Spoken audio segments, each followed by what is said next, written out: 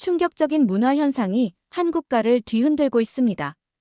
동서남북 어디를 둘러봐도 한국 문화의 흔적이 넘쳐나는 나라. 현지인보다 한국어 간판이 더 많다는 그 놀라운 나라의 이야기를 오늘 들려드립니다. 과연 어느 정도로 한국 문화가 이 나라의 일상을 물들이고 있는지 그 현장 속으로 함께 들어가 보겠습니다. 그 전에 잠깐 1초 만에 누를 수 있는 좋아요 버튼을 꾹 눌러주시면 영상 제작에 큰 힘이 됩니다. 저는 소피아 윈터스, BBC 특파원으로 아시아 지역을 담당하고 있습니다. 몽골 취재를 위해 울란바토르에 도착한 그 순간부터 예상치 못한 광경에 놀랐죠. 공항 로비에 들어서자마자 눈에 들어온 것은 한글 간판들이었어요. 영어도 러시아어도 아닌 한글이 공항 곳곳에 자리 잡고 있었습니다. 차창 밖으로 보이는 거리는 더 놀라웠어요. 한글 간판이 몽골 문자보다 더 많았습니다. 카페, 식당, 의류 매장 모두 한글로 된 간판을 내걸고 있었죠. 마치 서울에 있는 듯한 착각이 들었습니다. 첫 인터뷰 대상인 몽골 국립대학의 루카스 교수를 만나기 위해 캠퍼스에 도착했습니다. 하지만 그의 강의실은 텅 비어 있었어요. 복도에서 만난 학과 조교가 루카스 교수님의 몽골 문화 수업은 학생 부족으로 폐강 위기라고 했습니다. 루카스 교수를 사무실에서 만났어요. 그의 표정은 침울했습니다. 젊은 세대들은 더 이상 전통 문화에 관심이 없어요. 그들에게 중요한 건 K-팝, 한국 드라마, 한국어죠. 한국어를 배우면 취업이 쉽다고 생각하니까요. 루카스 교수의 말이 사실인지 확인하기 위해 대학 캠퍼스를 돌아다녔어요. 학생 휴게실에서는 한국 드라마가 상영 중이었고 식당에서는 한글 메뉴판이 먼저 눈에 띄었습니다. 한 학생 그룹과 인터뷰를 진행했어요. 바트 바야르라는 20대 학생은 자랑스럽게 자신의 휴대폰을 보여줬습니다. 모든 앱이 한국어로 설정되어 있었죠. 한국어를 몰라면 요즘 울란바토르에서 살기 힘들어요. 좋은 직장을 구하려면 한국어는 필수죠. 다른 학생 체렌도르지는 더 충격적인 말을 했습니다. 우리 부모님 세대는 러시아어를 배웠지만 우리는 한국어를 배워요. 더 실용적이니까요. 취재를 마치고 호텔로 돌아오는 길, 저는 메모장에 이렇게 적었습니다. 여기가 몽골인지 서울 위성도시인지 모르겠다. 그리고 추가했죠. 한글 없이는 취재가 어려운 도시. 첫날부터 느낀 건 이곳은 단순한 문화 교류가 아니라 완전한 문화 동화가 진행 중이라는 점이었어요. 호텔 창문 너머로 보이는 도시의 불빛들 사이로 한글 네온 사인이 밤하늘을 수놓고 있었습니다. 이 도시의 정체성은 무엇일까? 이 질문을 안고 저는 내일의 취재를 준비했어요. 아침 일찍 루카스 교수의 집을 방문했습니다. 그의 가족을 밀착 취재하기로 했죠. 문을 열자 루카스의 아내 오윤과 12살 딸 사랑채책이 반갑게 맞아주었어요. 집 안으로 들어서니 벽에 한국 아이돌 포스터가 가득했습니다. 아침 식사 테이블에선 놀라운 광경을 목격했습니다. 루카스와 오윤은 몽골어로 대화하지만 사랑채책은 한국어로 대답하고 있었어요. 때때로 몽골어와 한국어가 섞인 이상한 혼합어를 사용하기도 했습니다. 딸아이가 학교에서 친구들과 한국어로만 대화해요. 집에서도 그 습관이 이어지는 거죠. 루카스가 한숨을 쉬며 말했어요. 오유는 다른 시각을 보였습니다. 사실 저도 한국 드라마를 보며 한국어를 배우고 있어요. 요즘은 쇼핑할 때도 한국어를 알아야 편해요. 아침 식사 후 루카스 가족과 함께 동네를 둘러보기로 했어요. 거리에 나서자 GS25 편의점이 눈에 띄었습니다. 한국 브랜드의 편의점이 몽골 시내 중심가에 자리 잡고 있다니 놀라웠죠. 점원에게 물었어요. 왜 모든 메뉴와 상품명이 한글로만 표기되어 있나요? 한글이 더 고급스럽고 세련돼서 써요. 손님들도 한글 간판이 있는 가게를 더 신뢰하세요. 그 말에 의문이 들었지만 실제로 거리를 걷다 보니 사실임을 알 수 있었습니다. 카페, 미용실, 심지어 이발소까지 모든 가게가 한글 간판을 내걸고 있었어요. 몽골 문자는 작게 한쪽 구석에 적혀 있거나 아예 없는 경우도 많았습니다. 오후에는 사랑채책의 학교를 방문했어요. 교문에 들어서자 교정에서 아이들이 한국 노래에 맞춰 춤을 추고 있었습니다. 교실에 들어가니 벽에는 한글 알파벳과 한국 지도가 걸려 있었죠. 담임 선생님과 이야기를 나눴습니다. 몽골어 수업은 얼마나 자주 하나요? 선생님은 머뭇거리다 대답했어요. 솔직히 말하면 몽골어 수업은 전통문화 행사 때만 해요. 학부모들이 한국어 교육을 더 원하거든요. 아이들의 교과서를 살펴보니 한국어 교재가 줄을 이루고 있었습니다. 과학, 수학까지도 한국어로 된 부교재를 사용하고 있었어요. 이렇게 하면 아이들의 정체성에 혼란이 올 수 있지 않을까요? 제가 물었죠. 선생님은 고개를 저었습니다. 지금 울란바토르에서 성공하려면 한국어는 필수예요. 우리는 현실적인 교육을 제공하는 것뿐입니다. 취재를 마치고 BBC 본사에 첫 리포트를 보냈어요. 몽골의 제2공용어는 이미 한국어가 되었습니다. 공식적으로는 아니지만 실질적으로는 그렇습니다.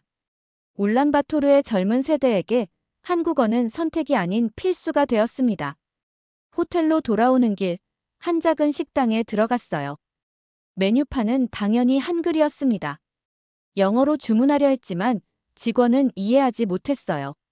결국 구글 번역기로 한국어를 보여주자 그제야 미소 지으며 주문을 받았습니다. 이 순간 깨달았죠. 이곳에서 한국어는 단순한 외국어가 아니라 생존 언어가 되었다는 것을요. 몽골 정부 청사는 울란바토르 중심부에 웅장하게 자리 잡고 있었어요. 정부 관계자 바트볼드를 만나기 위해 보안 검색대를 통과했습니다. 그는 도시개발부 차관으로 울란바토르의 미래 계획을 담당하고 있었죠. 그에게 몽골의 스마트시티 계획에 대해 물었습니다. 바트볼드는 자랑스럽게 대형 스크린을 켰습니다.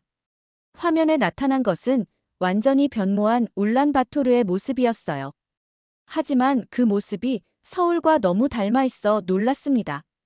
우리는 한국의 스마트시티 모델을 기반으로 울란바토르를 재구성하고 있어요. 서울 시스템을 그대로 복제하는 것이 가장 효율적이라고 판단했죠. 계획서를 자세히 살펴보니 서울 시스템 복제라는 문구가 실제로 명시되어 있었습니다. 교통 시스템, 전자정부, 심지어 도시 간판 규제까지 모두 서울을 모델로 삼고 있었어요. 이런 변화에 대한 시민들의 반응은 어떤가요? 제가 물었죠. 대부분 긍정적입니다. 한국식 발전 모델은 이미 검증됐으니까요. 물론 일부 지식인들 사이에서는 우려의 목소리도 있지만 그의 말이 끝나기도 전에 문이 열리고 루카스 교수가 들어왔습니다. 그도 이 회의에 초대받은 것 같았어요. 바트볼드, 우리가 얘기했던 문제예요. 루카스가 약간 흥분된 어조로 말했습니다. 공용언어 표기 기준이 완전히 무시되고 있어요. 이건 문화 식민화입니다. 두 사람 사이에 긴장감이 감돌았어요. 루카스는 제게 설명했습니다. 몽골 법률에 따르면 모든 공공 표지판은 몽골어가 우선이어야 해요. 하지만 지금은 한글이 먼저고 몽골어는 아예 없는 경우도 많죠. 바트볼드는 방어적인 태도를 취했습니다. 경제 발전을 위해 필요한 과정입니다. 한국 투자자들이 편안함을 느껴야 합니다. 그럼 우리 정체성은요? 루카스가 반박했어요. 우리 아이들은 자기 나라 글자보다 한글을 먼저 배우고 있습니다. 이 논쟁을 지켜보며 저는 문화 식민화라는 개념에 대해 깊이 생각하게 됐어요. 영국의 식민지 역사를 가진 나라 출신으로서 이런 현상의 복잡성을 이해할 수 있었습니다. 회의가 끝난 후 루카스와 함께 커피를 마시며 더 이야기를 나눴어요. 소피아, 당신은 외부인의 시선으로 이 상황을 어떻게 보나요? 문화 교류와 문화 식민화 사이의 경계는 매우 모호해요. 하지만 한 가지 확실한 건 언어는 단순한 의사소통 도구가 아니라 정체성의 핵심이라는 거죠. 그날 밤 호텔방에서 울란바토르는 한국의 디지털 식민지인가? 라는 제목의 칼럼을 썼습니다. 문화 식민화의 개념, 언어 정체성의 중요성, 그리고 경제 발전과 문화 보존 사이의 균형에 대한 내용이었죠. 이 칼럼은 BBC 웹사이트에 게재되자마자 큰 반향을 일으켰어요. 전 세계 뉴스 매체들이 이 이슈를 다루기 시작했고, 소셜미디어에서는 열띤 토론이 벌어졌습니다. 이 도시는 변화의 갈림길에 서 있었고, 저는 그 변화의 증인이 되고 있었죠. 다음 날 아침, 루카스 교수의 허락을 받아 딸 사랑 채책의 학교에 몰래 동행했어요. 일반적인 취재가 아닌 학생들의 자연스러운 모습을 관찰하기 위해서였죠. 평범한 학부모로 위장의 교실 뒤편에 앉았습니다. 수업이 시작되자 놀라운 광경을 목격했어요. 선생님은 한국어로 인사를 건넸고 아이들도 한국어로 대답했습니다. 이곳은 한국어 수업이 아닌 일반 과학 수업이었어요. 오늘은 태양계에 대해 배울 거예요. 태양계는 몇 개의 행성으로 이루어져 있죠? 아이들이 일제히 한국어로 대답했습니다. 8개요. 수업 내내 몽골어는 거의 사용되지 않았어요. 간혹 몇몇 어려운 개념을 설명할 때만 몽골어로 보충 설명이 이루어졌습니다. 쉬는 시간에도 아이들은 서로 한국어로 대화하고 있었죠. 몽골어를 쓰는 아이들은 소외된 듯한 느낌이었어요. 점심시간 학교 식당에서는 더 놀라운 광경이 펼쳐졌습니다. 벽면 TV에서는 한국 드라마 도깨비가 방영 중이었어요. 아이들은 식사를 하며 드라마를 집중해서 보고 있었습니다. 옆자리 선생님에게 물었어요. 매일 한국 드라마를 보나요? 네, 일주일마다 다른 드라마를 틀어줘요. 지난주는 이상한 변호사 우영우였어요. 아이들은 드라마를 보고 한국어 감상문을 써요. 언어 습득에 효과적이거든요. 오후 수업이 끝난 후 교장 선생님을 만날 수 있었습니다. 그의 사무실 벽에는 서울대학교와의 교류 협약서가 걸려 있었어요. 왜 이렇게 한국어 교육에 집중하나요? 제가 직접적으로 물었죠. 현실을 직시해야 해요. 한국어 없이는 대학도 직장도 없어요. 특히 좋은 대학, 좋은 직장은요? 몽골 정체성은 어떻게 되나요? 제가 반문했어요. 우리는 살아남아야 합니다. 한국어는 도구가 아니라 필수 생존 언어예요. 물론 몽골 전통도 가르치지만 우선순위가 다를 뿐이죠. 교장의 말은 냉정했지만 현실적이었어요. 그의 사무실을 나오면서 복도에 붙은 포스터를 보았습니다. 한국어 말하기 대회 포스터였는데 상품은 서울 여행 티켓이었죠. 학교를 나오는 길에 사랑 채책을 만났어요. 그녀는 친구들과 한국 아이돌 노래를 흥얼거리고 있었습니다. 학교 생활이 어때? 제가 물었죠. 재밌어요. 저는 한국어를 잘하니까 선생님들이 좋아해요. 나중에 서울대학교에 가고 싶어요. 몽골어는 잘해? 몽골어로 물었더니 사랑채책은 잠시 당황하더니 서툰 몽골어로 대답했어요. 조금. 할 수 있어요. 하지만 필요 없어요. 그 말에 가슴이 아팠습니다. 어린 소녀가 자신의 모국어를 필요 없다고 생각한다니요. 학교 정문을 나서며 생각했어요. 이것은 단순한 언어 교육의 문제가 아니라 한 세대의 정체성이 재정이 되는 순간을 목격하고 있는 것이었습니다. 취재 노트에 적었어요. 아이들은 새로운 언어를 배우고 부모들은 침묵한다.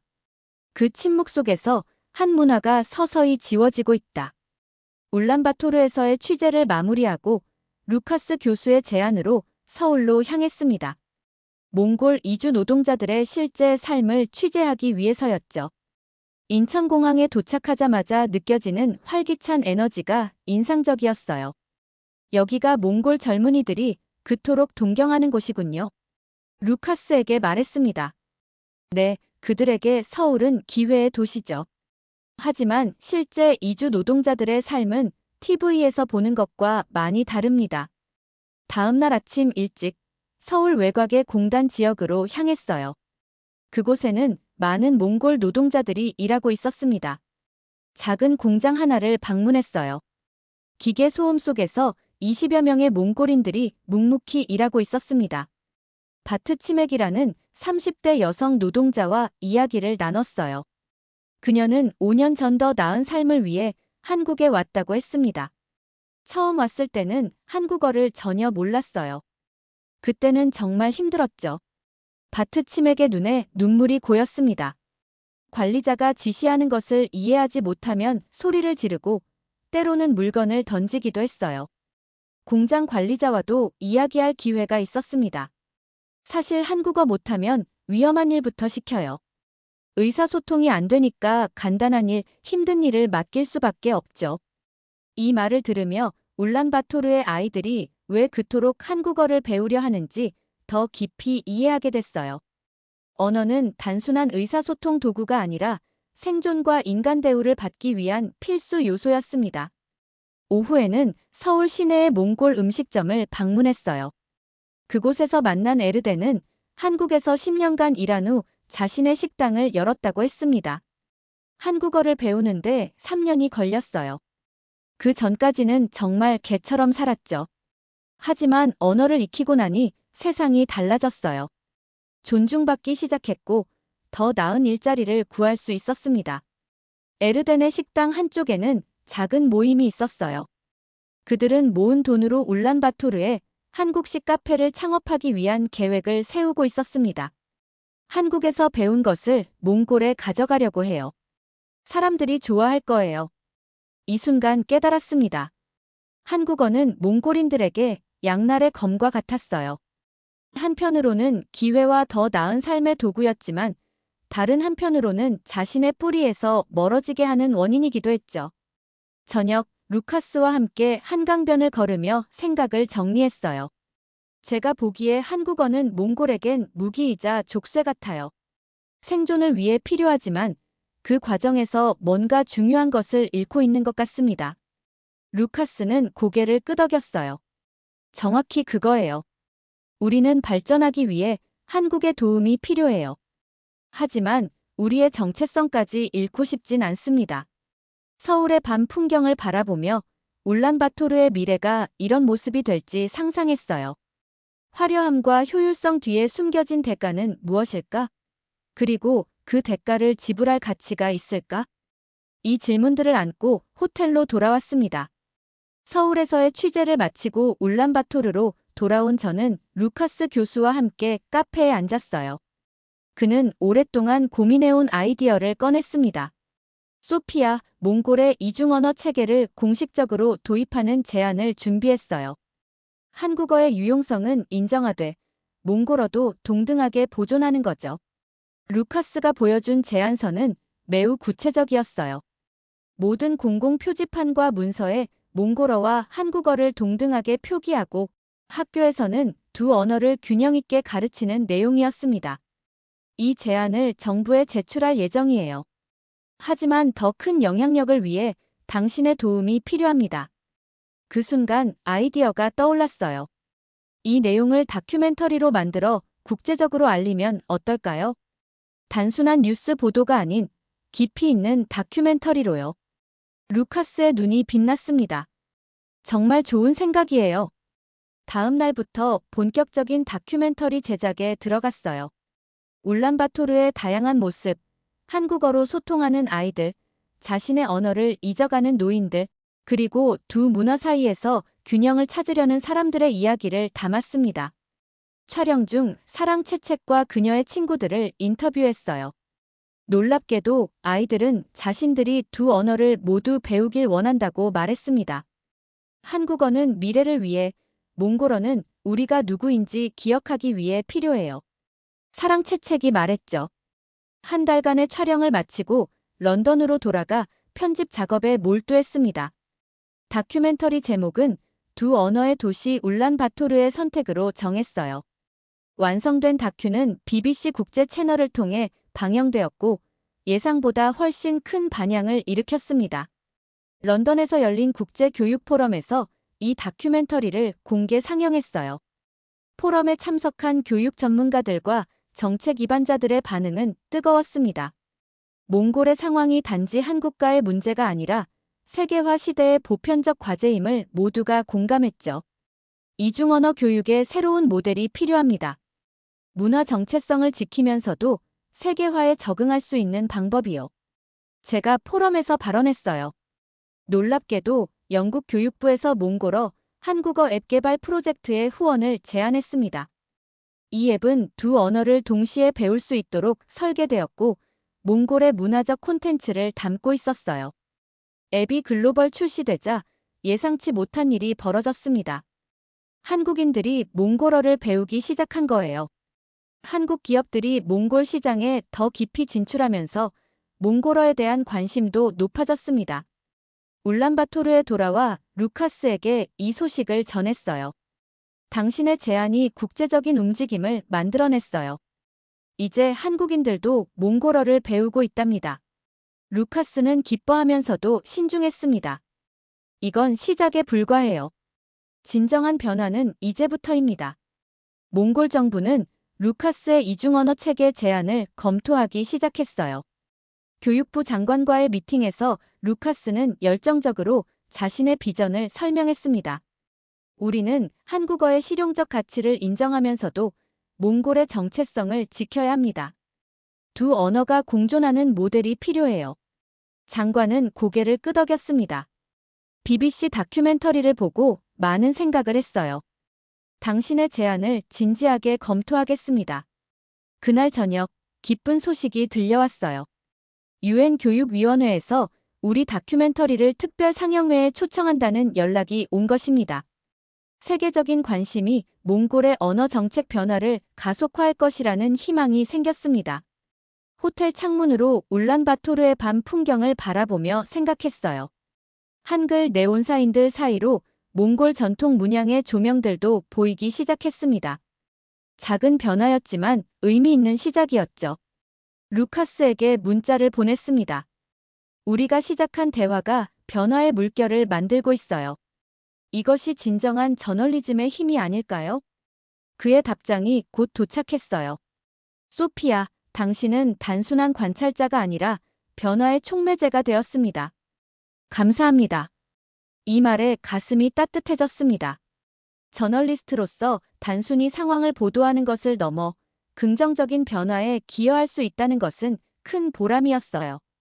내일은 또 어떤 변화가 기다리고 있을까? 설렘과 기대를 안고 잠자리에 들었습니다. 울란바토르로 돌아온 지 6개월, 도시는 눈에 띄게 변화했어요. 한글 간판 옆에 몽골어 표기가 함께 등장하기 시작했고 학교에서는 이중언어 교육이 시범적으로 도입되었습니다. 몽골 한국 문화교류 축제가 울란바토르 중앙광장에서 열렸어요. 양국 문화를 동등하게 존중하는 자리였죠. 조직위원장은 우리는 한국 문화의 영향을 부정하는 것이 아니라 그것과 우리 전통이 조화롭게 공존하는 방법을 보여주고 싶어요라고 말했습니다. 축제 당일 무대에서는 몽골 전통 음악과 K-팝 공연이 번갈아 펼쳐졌어요. 몽골 전통 의상을 입은 댄서들이 K-팝에 맞춰 춤을 추는 모습은 새로운 문화적 정체성의 탄생을 상징하는 듯 했습니다. 사랑채책은 이제 13살이 되었고 축제에서 몽골어 시를 낭송한 후 한국어로 그 의미를 설명하는 역할을 맡았어요. 이제는 두 언어 모두 중요해요. 한국어만 알면 외국인과 대화할 수 있지만 몽골어를 모르면 제 뿌리와 연결될 수 없어요. 축제의 하이라이트는 양국 대표단의 공동 선언이었어요. 한국 대사와 몽골 문화부 장관이 함께 문화적 상호 존중과 교류 강화를 약속했습니다. 놀랍게도 UNESCO 대표단이 울란바토르를 방문해 몽골의 이중언어 교육 모델에 관심을 보였고 이를 울란바토르 모델이라 명명했어요. 그들은 이 모델을 다른 개발도상국에 전파하자고 제안했습니다. UNESCO 대표와의 인터뷰에서 그는 세계화 시대의 많은 국가들이 문화적 정체성, 보존과 경제 발전 사이에서 갈등을 겪고 있어요. 몽골의 균형점 찾기는 매우 중요한 실험입니다라고 말했어요. 루카스 교수의 제안으로 몽골 시골 마을도 방문했어요. 놀랍게도 이곳에서도 변화의 바람이 불고 있었습니다. 마을 학교에는 태양광 패널로 전력을 공급받는 컴퓨터실이 있었고 아이들은 한국어와 몽골어를 동시에 배우고 있었어요. 울란바토르로 돌아오는 길에 내레이션을 녹음했습니다. 몽골은 한국과의 만남을 통해 더 넓은 세계로 나아가고 있어요. 이것은 단순한 문화적 동화가 아니라 새로운 정체성을 창조하는 과정입니다. 울란바토르에서의 1년이 지났습니다. 저는 이제 단순한 취재자가 아닌 이 도시의 변화에 깊이 관여하는 사람이 되었어요. BBC의 연구 특파원으로 남겠다는 제안 대신 저는 몽골의 국제문화연구소를 설립하기로 결정했습니다. 울란바토르 국제문화연구소는 도시 중심부의 오래된 건물을 리모델링하여 문을 열었어요. 개소식에는 루카스 교수 가족을 비롯해 많은 사람들이 참석했습니다. 14살이 된 사랑채책은 이제 한국어와 몽골어 융합 콘텐츠로 유명해졌어요. 그녀의 유튜브 채널은 구독자 10만 명을 돌파했습니다. 몽골의 전통 이야기를 한국어로, 한국 문화를 몽골어로 소개하는 콘텐츠였죠. 연구소에서는 몽골과 한국의 학자들이 공동 연구를 진행하고 이중언어 교육 프로그램을 개발했어요. 한국 기업들이 몽골 직원들에게 몽골 문화 교육을 제공하는 프로그램도 인기를 끌었습니다. 한국의 대형 엔터테인먼트 회사 CEO가 연구소를 방문해 몽골 한국 합작 아이돌 그룹 하모니를 만들었어요. 몽골인 3명, 한국인 3명으로 구성된 이 그룹은 두 나라의 언어와 음악적 요소를 융합한 곡으로 아시아 전역에서 인기를 얻었습니다. 저는 이곳은 두 언어가 살아 숨쉬는 도시라는 책을 집필하기 시작했어요.